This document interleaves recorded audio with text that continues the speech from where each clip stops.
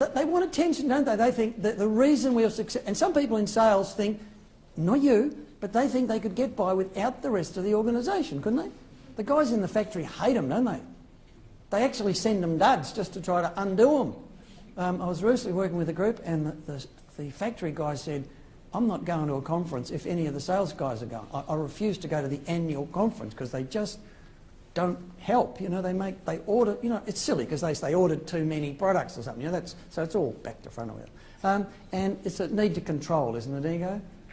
Like, excuse me, that's my seat. What, for the whole 3 days? Yeah, and some of them will give you the whole singing, dancing thing, won't they? Especially if it's from some royal family or it means God from the north or something or other. Repeat the name a couple of times, because sometimes, you know, I can turn around and it's gone. You know, like, damn.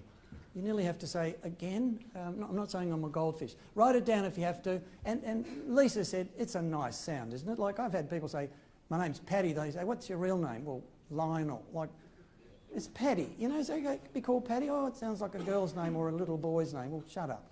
And so, you know, John, Jacob, whatever. Now, this is what's happened in Melbourne. I think that's you. Oh, you think? Yeah. He's doing his best. It's a pretty hopeless effort, but now, then we got Williams and we got Jones and the sleeper coming through. No vowels. How do you say that? It's not easy, is it? Like Peter, That's not ning. I've heard Aussies say, okay, Mr. NG. How would you like them to spell your name every time? Give me a break. So all I'm suggesting is we've got a multicultural society. Give me a multicultural name. They can keep their original names, but you learn to say them. Is that cool? Her hand first. All right. So, and I said, well, what do you think? She said, no, I think in my country you would never do that. It will threaten the men a bit. You have to wait until he offers his hand and then you respond. And I said, well, if you want to be seen as equal, and I think this is nearly an egalitarian country, you take the initiative and squeeze a bit, you know, whatever. Now, small talk, friendly tone, you know, general topics. You can't be saying football, I hate football, like, whatever they want to talk about. Try something with the person beside you. Can you ask them, how do you like working where you're working, but can you copy their pace and tone and volume perfectly? But if they have an accent, don't copy the accent, you'll get eyes poked out. Have a go. The strictest confidence, because that's how it was given to me. And please, do not tell anyone that I told you this, because I'll look bad. You already look bad.